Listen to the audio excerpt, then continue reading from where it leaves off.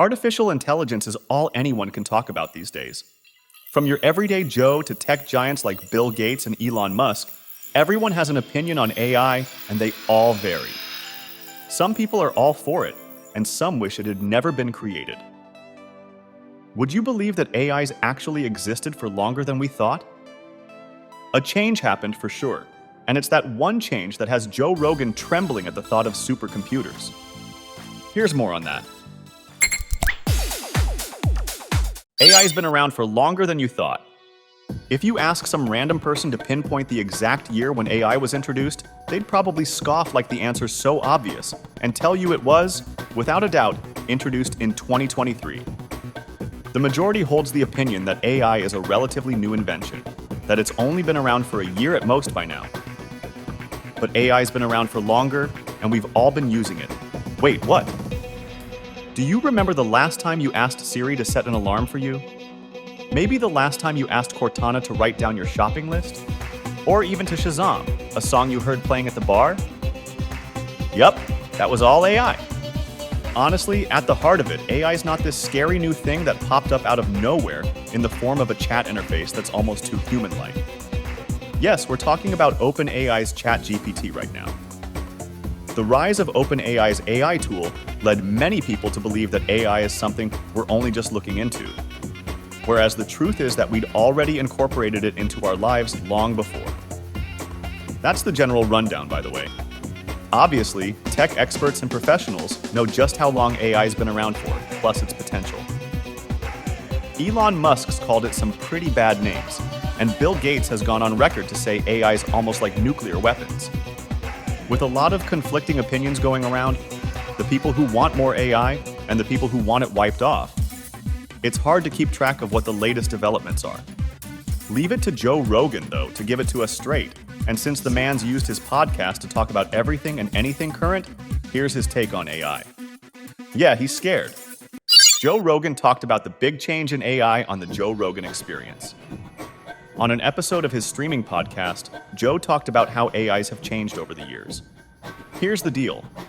AIs existed in one form or another for a while now, but what made it so special in 2023?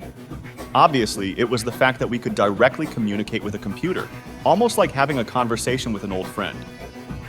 It really helped that this old friend would then give you answers to your problems, help solve your homework, and tell you what to reply in a text. This was the latest and arguably biggest change we'd seen yet in AI, generative AI. The machine started thinking for itself and engaged in such a human-like way that the line between what's real and what's a microprocessor was blurred. Maybe that's what terrified so many people about AI, not Joe Rogan, though. He braved it out for a while and was comfortable with AI just enough to let tech giants come out with more and more advancement. So, what changed now? On the episode we're talking about, Joe invited tech guests who started talking about transformers. Now, instead of having to manually type everything into a central processor and feed the machine data, the data would just travel to the processor itself. Previously, AI would do just as much as it was programmed to. Now, it's transcended those limits, and it's all thanks to transformers. What are transformers? There's something Joe's terrified of. Back in 2017, OpenAI published a paper on transformers and talked about how AI had started acting like a transient being.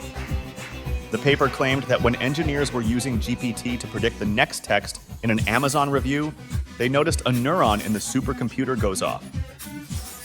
Obviously, GPT provided the client with what they requested, but engineers were now interested in this particular neuron and its role.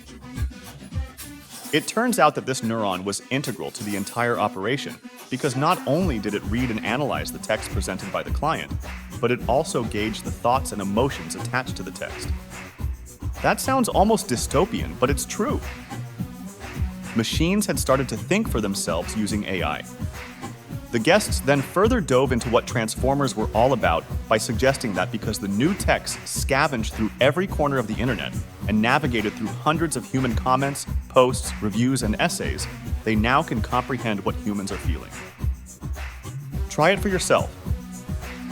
Ask ChatGPT to generate an essay on any topic for you, and then ask it to show more anger in the text, then show more humor, and then make it gut-wrenchingly sad. You'd be amazed, or, in Joe's case, scared.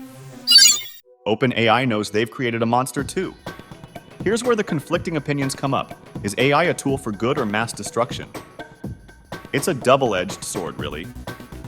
While you could definitely use AI for good, you could just as easily make a computer do your dirty work for you too. Here's something you mightn't know. OpenAI didn't anticipate the GPT transformer being as smart as we know it today. Obviously, intelligence is in the name, and it's clear that machines are quicker and more efficient than us. The true limit of that efficiency, however, was tested by accident. So, transformers didn't come with any set code besides soaking up as much information as they possibly could. It wasn't until engineers started comparing information on subjects such as chemistry between a transformer that wasn't specifically designed to soak up information on chemistry between a tool that they realized they'd created a monster. Transformers did the job better. Even more so, they'd started taking over the one thing humans had over machines: feelings. GPT-3 wasn't able to comprehend mind theories, and GPT 3.5 could only go up to a 3-year-old's level, but GPT-4 could accurately assess how you were feeling. That's the beauty of predictive and generative AI. They could ascertain what people from different corners of the globe were thinking based on the information they had on those subsets. And then someone made an AI-generated version of the Joe Rogan Experience. Did you know that there's an episode of the Joe Rogan Experience that features none other than the CEO of OpenAI, Sam Altman himself? If you said, no way, you'd be partly right. Because while there is a 51-minute-long clip on YouTube that features Joe Rogan and Sam Altman engaged in a classic JRE-style podcast episode, it's not really them. It's actually all AI generated. Here's what happened. In April of 2023, a man who goes by Hugo released an entirely AI version of Joe's podcast and styled it so terrifyingly similar to the real thing that people didn't know whether it was a publicity stunt or not. The Australian VFX professional claimed that he just wanted the world to see just how far AI has come in the past few years. Joe Rogan said something along the same lines too, although his statement had a hint of fright in it.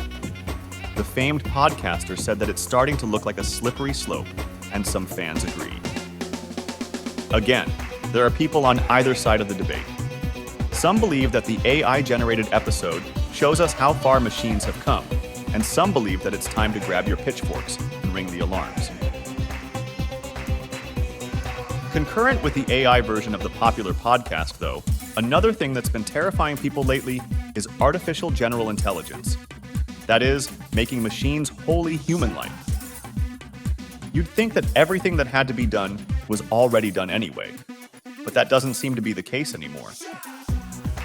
In fact, Joe and his guests claim that maybe one of the reasons why Sam Altman's been in the news lately, some days he's the CEO of OpenAI, and some days he's ousted from his position, is because there's a lot more about AI that we're yet to uncover.